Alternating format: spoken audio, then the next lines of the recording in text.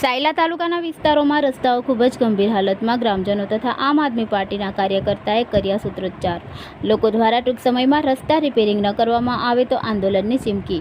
સુરેન્દ્રનગર જિલ્લાના સાયલા તાલુકાના વડિયા, મોટા ભડલા, રામગઢ, દેવગણ તથા નડાર ગામોમાં આમ આદમી પાર્ટીની ટીમ રમેશભાઈ મેર, મયુરભાઈ સાકરિયા, દેવકણભાઈ જોગરાણા, શામજીભાઈ મેર, ભગુભાઈ ત્રમટા, જોરુભાઈ બાવળિયા વગેરે આમ આદમી પાર્ટીના કાર્યકર્તાઓ દ્વારા રસ્તાની બિસ્માર હાલતની મુલાકાત લઈ ગામજનોની સમસ્યાઓ ઉજાગર કરી સરકારશ્રીને રજૂઆત કરવામાં આવી તથા સાથે સાથે ચીમકી પણ આપવામાં આવી, જો આજ રસ્તાની સમસ્યાઓ ટૂંક સમયમાં નિવારણ નહીં આવે તો ગાંધી ચિંધ્યા માર્ગે આંદોલન કરવામાં આવશે। અહેવાલ જયસિંહભાઈ સારોલા, સાયલા। હવે આપણા નોલી ગામના વતની અને તાલુકા પંચાયતના સભ્ય ભગુભાઈ ત્રમટાને પૂછીએ તો આપણને આ રસ્તાની યોગ્ય માહિતી આપશે। શ્રી ભગુભાઈ ત્રમટા।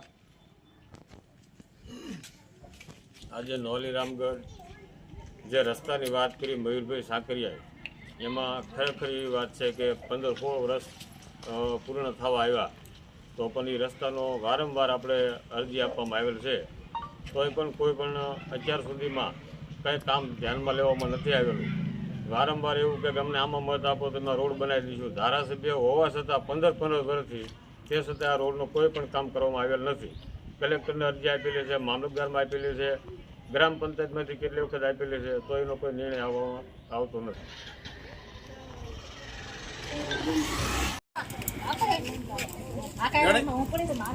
નમસ્કાર મિત્રો, હું આપનો ડીપી જોગરાણા। અત્યારે આપણે ઊભા છીએ સાયલા તાલુકાના નોલી અને રામગઢ ગામે।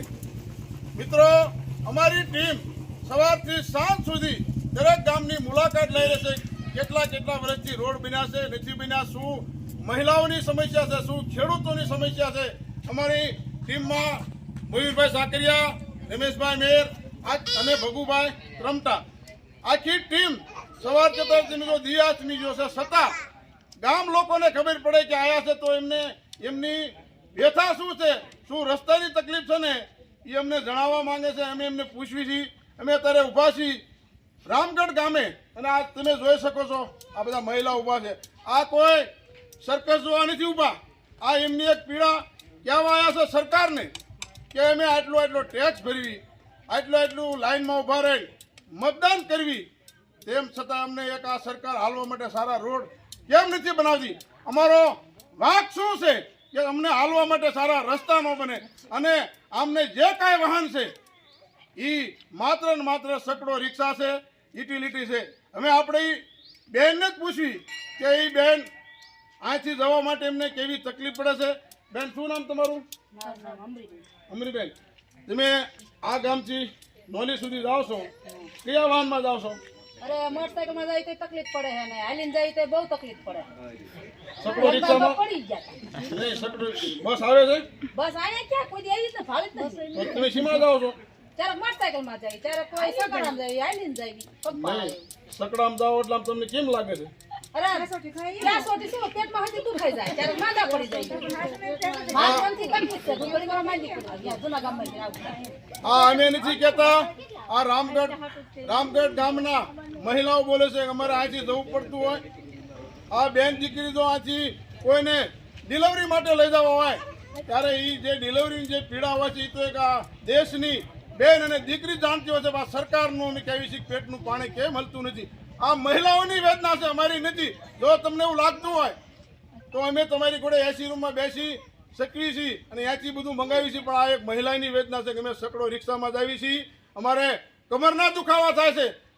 અને આમનું જો માનવામાં ન હોય તો તમારા દવાખાના ચેક કરજો, કેટલાને કમરના દુખાવા છે, કેટલાને પેટના દુખાવા છે અને પીવાનું ટાઈમે પાણી મળતું નથી, સારા રોડ રસ્તા હાલવા મળતા નથી। સરકારને કહેવા માંગી છે જ્યાં જરૂર નથી ત્યાં કરોડો રૂપિયા ખર્ચીને મોટા બ્રિજ બનાવો છો, જ્યાં જરૂર છે ખરેખર ત્યાં તમે હાલવા માટે સારા રસ્તા બનાવતા નથી। આ દેશની મોટા તમારી કઠણાઈ છે। તમને આ બધા કહેતા કે આ ભાજપ સરકાર છે ને અભણ સરકાર છે, અમને કોઈ આની પાસે નીતિ નથી, નિયમ નથી। જો નીતિ નિયમ હોત તો મહિલાઓ અમારી પાસે આવીને વેદના હાલવતા ન હોત। મહેરબાની કરી અને આ રામગઢ ગામનો આથી નોલી સુધીનો રોડ રસ્તો બનાવવામાં નહીં આવ્યો તો આ મહિલાઓ અને ગામ આખું ભેગું થઈ રસ્તા રોકો આંદોલનો કરશે અને અમે તમારી કચેરીના ધરણા કરવામાં આવશે એટલું યાદ રાખજો. કારણ કે તમે દર મહિને પગાર લો છો અને પગાર જો લેતા હોય ને તો સમયસર જો તમે મત લઈ જતા હોય, તમે એમ કહેતા કે એક ધારી સરપંચથી માંડે સંસદ સુધી અમારી સરકાર બનાવો તો અમે કામ કરી. આ સરપંચથી સંસદ સુધી તમને બહુમતી આપી, હવે તમારે ઘટે છે શું ઈ કહો. આ ગામમાં આંગણવાડી નથી તો આ નાના નાના બાળકોને જવાનું ક્યાં? તમે વાતો કરો છો વિકસિત ગુજરાત, શિક્ષિત ગુજરાત, પણ આમાં ક્યાં શિક્ષિત ક્યાં વિકસિત? હાલમાં રોડ નથી. બીજા રાજ્યોમાં તમે જુઓ, દિલ્હીમાં જુઓ, પંજાબમાં જુઓ, રાજસ્થાનમાં જુઓ, આંગણવાડીમાં તમે જો હજી આંગણવાડીના કોઈ ઠેકાણા નથી.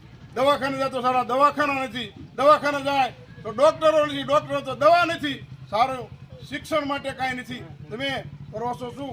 વહેલી તકે આ બધાનું માંગને ધ્યાનમાં લો, નહીંતર ના છૂટકે મારે તમારી કચેરી આવીને ધામા નાખવા પડશે. તમામ જવાબદારી સરકાર શ્રીને છે.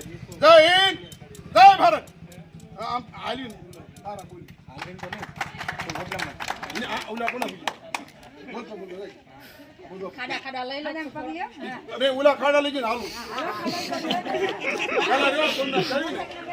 નારા બોલાવશે દેવકાનભાઈ એમ કેમ કે રામગઢ ઘાટના આપણે કીધું રસ્તા બનાવવું. મિત્રો આ આપણે સાયલા તાલુકાનું નોલી રામગઢ ગામ છે. નોલીનો પેટાપરું રામગઢ છે.